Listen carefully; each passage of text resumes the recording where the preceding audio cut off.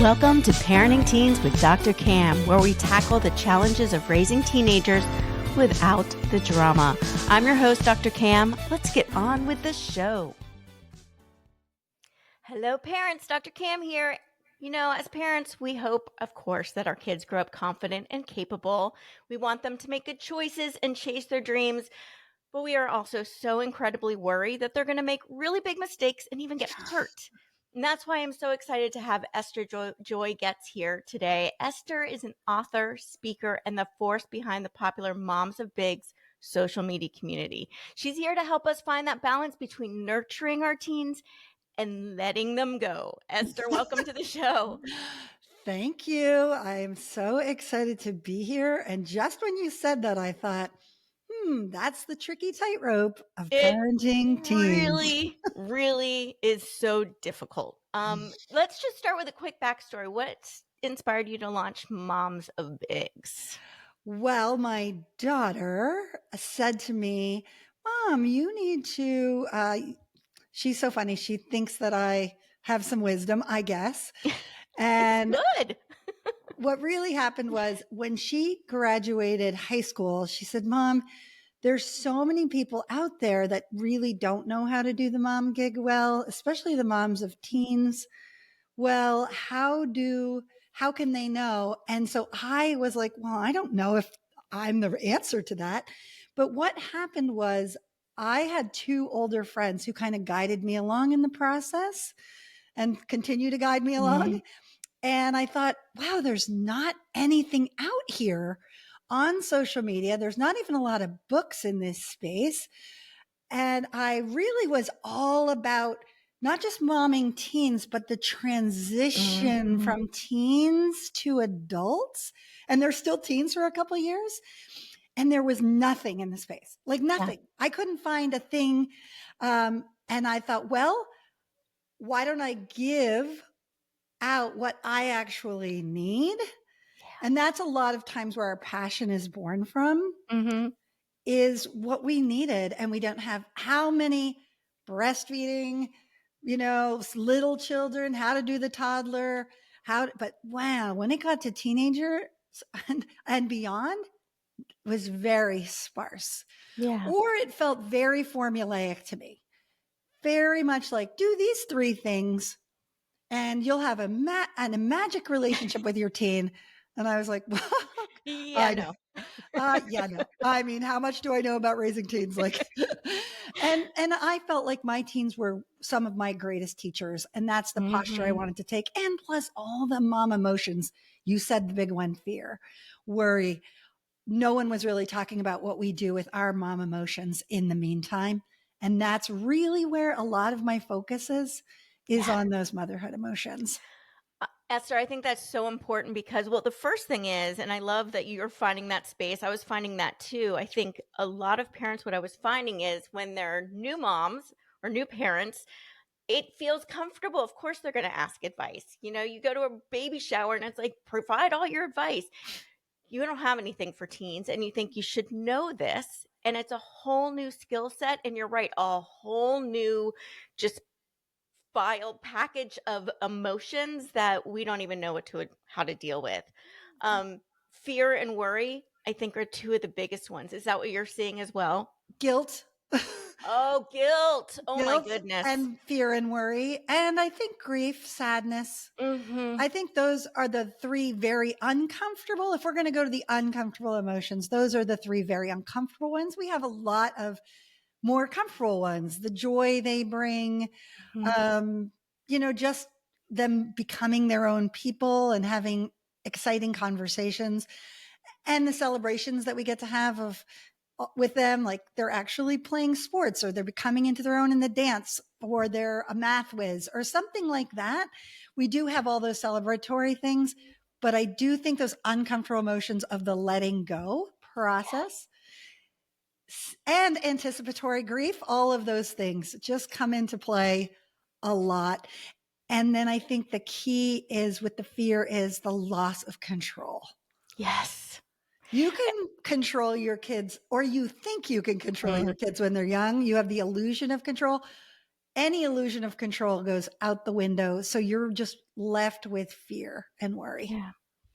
And I see this now with parents because of technology, GPS, all of these things. I see parents who send their kids into high school, into college, and they are still micromanaging and tracking and tracing everything they're doing. And it is from this place of fear and worry and protection. So, how do we go about making sure that our kids have the freedom they need, because I think that's the source of the biggest conflict I see is parents holding on too tight. How do we navigate that, wanting to keep them safe and giving them the freedom to experience life the way they want to experience it? Well, the good news is we don't have to just give blanket freedom immediately. And just like we've been giving them little bits of freedom all the way along, when when you experience that normal pushback, Hmm. there needs to be a major conversation with the child. I think conversation is a huge part of the teenage years, that they're part of the conversation. We're part of the conversation, and they have a massive voice in their own life. My tagline on my page is giving our kids the roots of unconditional love and the wings of freedom to be completely themselves. And the safe piece, I don't know if, believe it or not, we can keep them quote unquote safe. Yeah. That has to be something that we come to grips with. And then we have to deal with our own fear of not being able to keep them safe all the time. Yeah. Uh, and what kind of safety are we talking about? You can say they're physically safe and they are emotionally crippled then. Hmm. So they're not emotionally safe just because they're physically safe. In fact, the more we control to keep them physically safe, I personally have found with my kids, and they've told me this, you're emotionally stunting me. I can't Yes. even make a mistake. I can't figure out what I love and don't love, all under the guise of you want us to be physically safe. So there's different kinds of Mhm. safety here we're talking about. And my job is to be a safe space. What does that mean? So my job as a mom is to be safe. And Hmm. I would say that does mean I hopefully create a physically safe home, that they're not, being abused. They're not by me or anybody else, including their siblings. That's not tolerated. That there's empathy, that I've created a place of no judgment, that they have kind of no strings attached, unconditional love. That's my roots of unconditional love. That's my job, is to be safe. Yeah. Not so if I am safe, I'm creating a soft place for them to land, a safe space for them to come home to. But also, there's that weird quote, I don't even know who that quote is from, where they say ships are not made to stay in the harbor. Mm. Ships are made to go out, and sometimes go out into beautiful waters and sometimes into treacherous waters. But the design of the ship is to manage all of that. They're Right. not designed to stay safe in the harbor. Who would enjoy a ship? Right. They wouldn't have much of a life if their job is to make sure we feel Yes. that they're safe. If their job is to protect us from our fear and worry, that stunts them. And I do see that a lot without parents realizing that's what they're doing and the kids pushing back really hard and the parents seeing that as disrespect, when in truth, the parents aren't really respecting the kids' space and the kids' individuality. And I Well, and think you that's a said tough such a one. key there is we are responsible for our own emotions. Yes. They are not responsible for our emotions. Uh, and then on the other hand, one of the interesting things that happened with my son was a senior, and he didn't want a curfew. And Mm. I actually said to him, look, um, I'm I'm afraid when you're out past midnight. I own that. You're not responsible for that, but I have to get up and go to work. So part of you living here, this is going to be a conversation we're going to have back and forth, is part of just respecting me and in the stage I'm in of, I'm not there yet. I'm not fully have let go and you're just allowed to run around the world. I want you to know the emotions I'm experiencing. You're not responsible for those. I'm dealing with those myself in fits and starts. So for now, when you're in high school, you'll be, we'd like you to come home at 12. And if there's any other issue surrounding that, just communicate to us the same way as I would communicate to you Yeah. if I wasn't going to show up and I had said I was going to show up. So we kind of navigated my emotions and their freedom at the same time, but never ever saying, you are responsible for me not to be afraid. Yeah. And I don't think Never. we even say it. I think we just assume it or do it. We kind of make decisions and choices without realizing it that we're doing it to protect our own fear and Yeah. not necessarily thinking about the bigger scope of it and how that impacts our kids. Now there's two sides of this extremes that I see a lot. There's the people that go, "Oh, then we're just supposed to let them do whatever they want and not do any guidance or anything." And then I see the ones that are like, "Oh, well, we're being too soft on our kids, and that's the problem with kids today." Today. I hear that all the time. So let's do the first one. When we're saying, does that mean we just let them do whatever they want? What do you No, have to and I say to just that? was saying that we had a conversation about boundaries, healthy Mhm. boundaries in the house. There were things related to chores. There was things related to finances. There's things related to just respecting the fact that I do have emotions, but also the respect goes two ways. I Yeah. respect the pushback. The most fun experience I ever had was I had a daughter, my oldest, who she is still my oldest and she's still my daughter. But she is super compliant. She Mm, came out wanting to please us. That's just who she was. She didn't mhm. do a lot of that pushback. And so she naturally was empathetic, like, how's mommy feeling? How's mommy feeling? And I remember her coming to a senior year and saying, hey, our entire senior class is going to midnight movies, and I'm going to go no matter what you say. And I literally was like, come over here and high five me right now. And I would have never even said anything. Yeah. I was so happy that she was doing the normal pushback. So you're going to have all kinds of kids. You're going to have the kids who are pushing back on every single thing you say, and it's exhausting. Yeah. And then you're going to have the kids who just naturally want to please you, and a whole bunch of the range in the middle. Yeah. And those constant conversations of, what do you really think you need versus what do I need? And constantly playing that back and forth. We're allowed to all have needs Yeah. in a home. And so, no, doing whatever they want, that's not healthy boundaries. That's not saying healthy boundaries are where I can love you and me simultaneously. You don't just get to be a slob and like leave all your dishes around in the common area. But guess what? I'm never coming into your room. Mhm. So we Yeah. have common space that everyone is respecting each other, but your room or your section of your room, depending on if you live, we had Mhm. two boys that lived together. We have two boys that had to live together, and there was like sections of the room they weren't allowed, Right. you know? And so I think like it's not all or nothing thinking. That all or nothing thinking is devastating for parenting teens. Yeah. It definitely gets that pushback. And then we've got the people that are like, this is what's wrong with kids today. Right. As parents are too open to listening to them and too open to giving them a voice. And we need to be the parents and we just need to tell them what it is. And I see a lot of pushback on social media, particularly with parents that have this belief that parents need to be parents more. And this is why kids are a problem. And friends less. I hear that too. And Yeah. again, that goes to that all or nothing thinking. Yeah. That is all this or all that. And I would say one of the most important attributes we have to have is wisdom. Like, it's not going to be all this or all that, and it's not going to be the same for every kid that you have, every teen that you Yeah. have. There has to be some of both. I always say the both and is much more important than the either or. we can have guidance and freedom. I can have the roots of unconditional love, no strings attached, love that. And then I can also give them the wings of freedom. And I say freedom means not controlling. You can't have love Mhm. and control.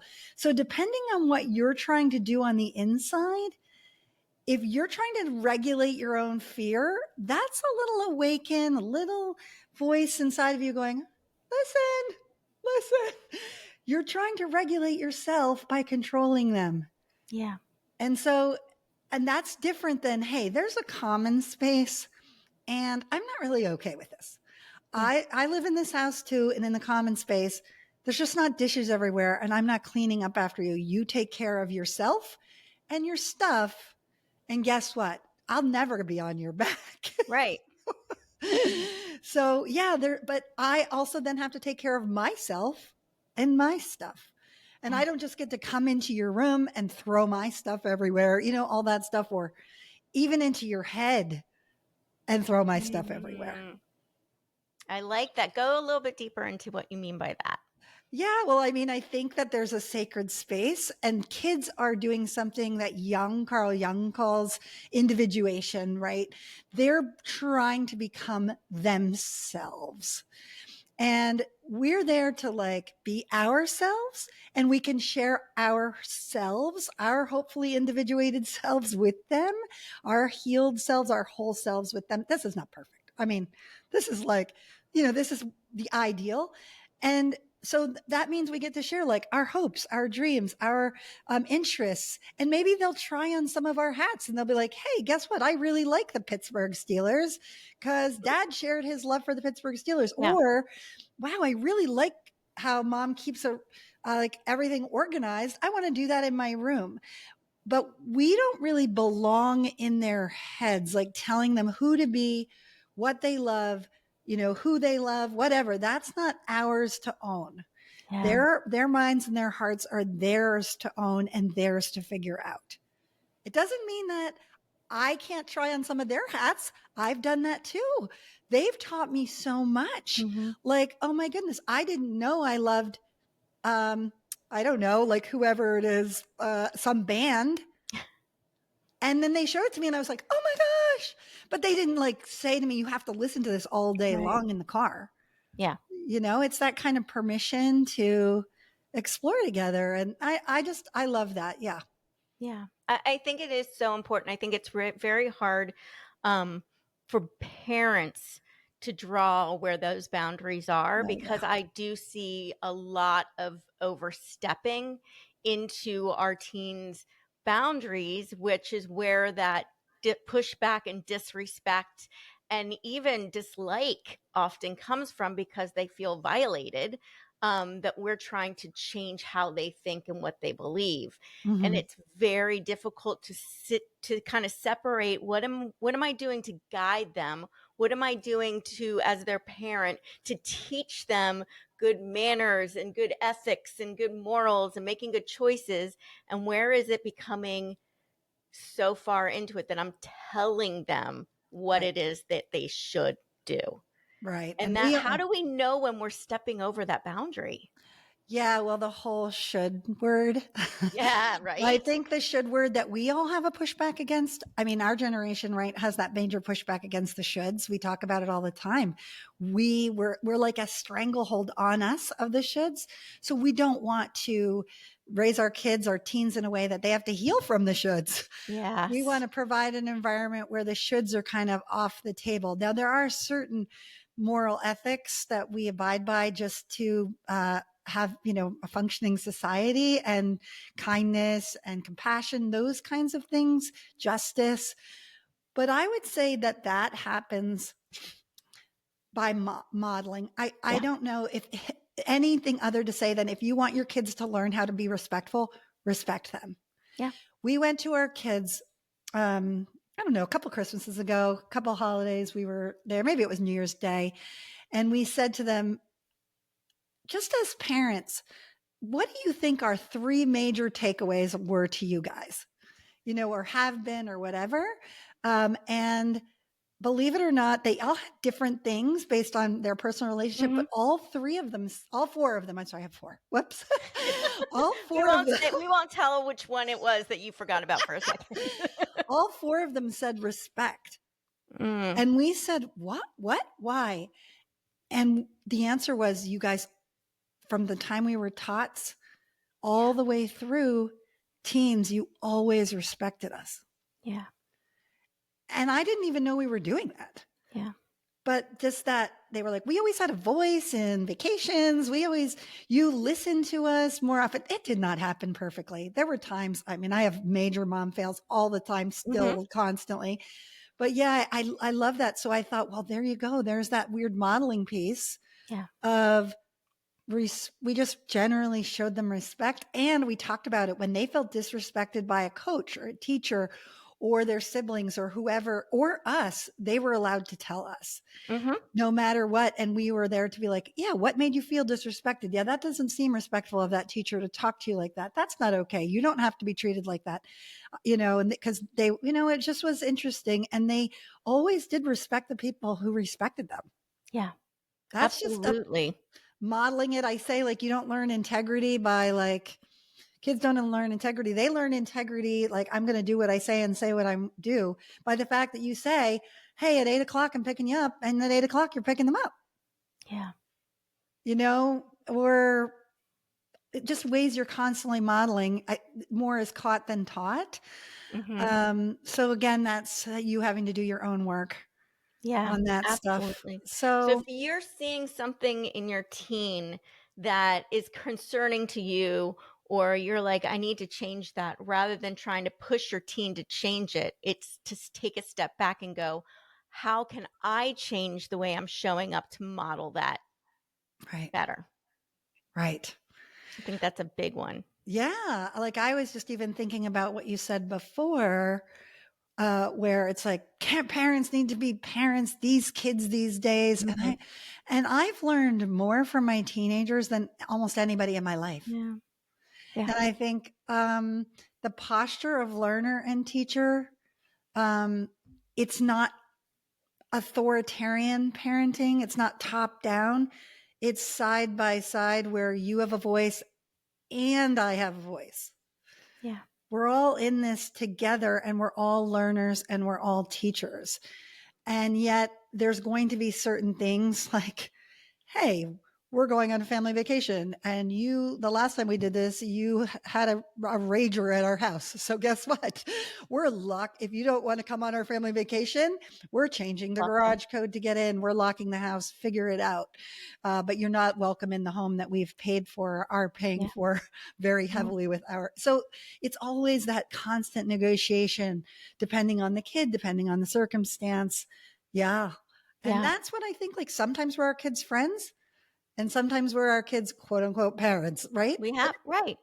I always find it interesting though when people say we need to parent, they always mean we need to discipline and punish them and be the bad guy. And I don't know when parent became equivalent to being the bad guy, Right. because I've been a parent for 18 years and I've not had to be the bad guy. I've been the one that has to say no. I've been the one that has to have difficult decisions, but I've never been the bad guy. Right. So how do we get that connection? Why Well, else suddenly is parenting mean the bad guy? and you just said such a good word, and that's the word connection. Mm, And I do love Brene Brown's mm, quote on that. And she says, connection is the energy that exists between people when they feel seen, heard, and valued, when they can give and receive without judgment, and when they derive sustenance and strength from the relationship. yeah. My goal is to have a healthy, long term relationship with my kids. One not based on fear, guilt, shame, Mhm. but one based on both of us being seen, heard, valued, and where they have sustenance and strength from the relationship, or we all do. And so if I keep that long term goal, I say, think crock pot, Yeah. not microwave. I love it. That's great. Crock pot. So in whatever decisions you're making in the moment, will the kid think you're the bad guy because you've said no? Perhaps. But you're not the bad guy, because if you have them feel seen, heard, and valued, and the answer is still no, and they've had a voice in that decision, maybe they're going to come to the no all on their own Mhm. before you have to say no. Maybe Yeah. you come to that no together, but the key isn't the no. The key is the feeling seen, heard, and valued without judgment. Yeah. And so, like I say, like long-term healthy relationship is what, I don't know, my personal goal. And that's not going to change just because they leave the teen years. All of Yeah. these things go pretty soon. You're navigating adult to adult, and that whole Changes scenario, everything again. it Yeah. just changes everything a Yeah. little bit again. And you're a beginner again, and it's okay. Yeah. But if you've kept that crock pot, not microwave mantra in your head, it helps a lot in Yeah. those freak out decisions you're making. Like, oh my gosh, they can't go to this party. Oh no, they just asked me to go on the pill, whatever it is. They just said they don't want to go to church anymore. I don't know. Oh my goodness. And so I'm going to hammer down. Doesn't, yeah. Is that crock potty? Is that a long-term? Think about your own relationship with your parents. Exactly. I don't know why we think it's different for us and our kids than it was for them and us Right, sometimes. right. But I think that the one difference with when you have a connection is there's a difference between not liking the what you have to say or the situation, or not liking you. And I Yeah. think what happens is when we don't have connection, whatever we say negatively becomes a reflection on their feelings towards us. And when we have a connection and we have something really difficult and difficult decision or a difficult place for them, they don't, they trust us. They just don't like the decision, which, yeah, there's going to be decisions they're not going to like. But they feel heard and respected in that decision. And it's just still a hard one. So I think Yeah. that gives us a real clue if Right. we've got that connection there or not. And I always feel like, say yes as much as you Mhm. possibly can. Yeah. Like that's a real key. Like listen, hear them out, and then say yes as as much as you are able. If the yeses are more often, the nos are a little bit easier to stomach, because they Yeah. know you're not just trying to control their every move. It's like, can I do this? No. Can I do this? No. It's like, hey, what's your plans? Tell me all about your plans. And in fact, I found this funny thing out about teens, which I love about teens, is they can make a million plans. And I used to just say, tell me all the plans when you have figured all of it out. Come and Sure. talk to me. And Yeah. I don't need to hear anything until you have figured it all out on your own. And 99% of the time, all those plans fell through. Yeah. I Exactly. mean, their friend couldn't do it. Their friend's parents said no. They didn't have a car, all those things. I was like, when you have figured all of this out, then let's come and have a conversation. And most of the time, it all fell apart anyway. So I wasn't just like immediately like, can I do this? I'd be like, I don't know. When everything's figured out and you have all your plans in place, come back and we'll see how that fits in with our family. Yeah, and if you're making a plan and it involves me, Me, let me exactly. know and give me an opportunity to say Right. yes or no. That's a big one for us. And again, I say yes to I pretty much anything unless there's a really big reason why we can't. Because you're right. Like I want my daughter to live her best life, Mm-hmm. and not hold her back. And so she gets to live her best life, which is amazing. I love Right. it. It's wonderful. Right.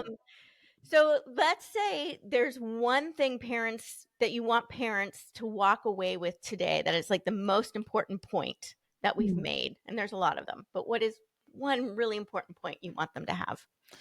Yeah, for me, it's the crock pot, not microwave. Mm. I'm not quite sure what else to say about that. I say the long-term healthy relationship, baby step by baby step, Yeah. right? And those individual little decisions where maybe you need to deal with your own fear in the moment so that you can make a wise decision in line and with your kid and your teen. Those are going to be little steps that accumulate over time, where it's like a lovely meal at the end. And Yeah. we're going to be in that for a lifetime. Yeah. We're going to try. I mean, there's millions of ways people try to control their kids all the way through until they take their dying breath. Yeah, exactly. Oh, And yeah. so, I yeah, still know a lot of parent people that are my age that are complaining about their parents' control over totally them. And I'm fine like, with it. And you're just, not a and good, then, healthy relationship. no, not a good, healthy relationship. So No. think crock pot, like what? That's like my one takeaway. I love it. And what is one action item they can do right after they listen to this episode? Yeah, I would say find one way to connect with your kid without any strings attached. Mm, Not connecting with them so that you can get something from them, just connecting. A note on their mirror, reminding them that you're their biggest fan. My one son, every morning I'd be like, remember, I'm your biggest fan, as he would walk out to school. And even now he's in his 20s and he's like, you know what, Mom, you're my biggest fan. I'm like, yes. And just even that, like simple ways that it's not like, hey, I'm connecting with you so that I can get something from yeah. you. And then I just say, like, connect with them just to communicate. If that like self stuff thing resonated with you that I said, have a conversation to be like, oh my gosh, I heard this podcast today and they said this, this, and this. And I just was wondering what you thought about it. Yeah. And then my favorite way to connect is I just send them random, not just in November, notes to them, texts, whatever I can do, TikTok, anything I can do to say one thing I'm thankful for, Yeah. either about them, what they've done lately, or how they've made me feel. And Yeah. not related to anything specific, not like on Monday after Mother's Day, I'm like, thank you for the flowers. It's just like today, just do that. So Mhm. those are just one way you feel like you can connect with them without any strings attached, without any agenda, mom agenda. That means not getting mad if they don't respond back. Yes. Because if you No get mad strings. that they didn't respond back, that shows strings. Exactly. Yeah. No strings. One way connection. Yeah.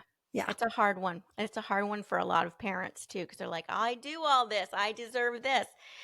It's not your kid's responsibility. It just isn't. And when we do it enough and we have that connection, we get a lot of it. Like Yes. there's so much. I mean, my daughter tells me daily, she's my biggest fan. So it's like you Yeah. get that going back and forth, but it takes constant building and trust. So Right. it's great. Baby steps, crock pot. Yeah, it is. It is. So Esther, how can people find you? Yeah, I'm Moms of Bigs on Instagram and Facebook. I have a website, estherjoygoetz.com/moms of bigs. I have other things on there. It's a catch-all for all the stuff I do, but you can just see Moms of Bigs on the menu, and there's all kinds of stuff there. I've written a book called Moms Never Stop Momming with a co-author. We have a collaborative book coming out in the fall called Moms Never Stop Worrying and Yeah. Being Brave at the same time, coming out in the fall of 2024. And yeah, I have something for moms whose kids are transitioning to going away from college called Roots and Wings. That's on sale right now. Excellent. We will put links everywhere in the show notes so people can find all of those. Esther, thank you so much for joining us today. Thank you. And that's a wrap. Thank you for tuning in to today's episode of Parenting Teens with Dr. Cam. Don't forget to hit follow so you don't miss a single episode, and share the love by passing this on to a friend. Until next time, keep making a positive impact in your teen's life.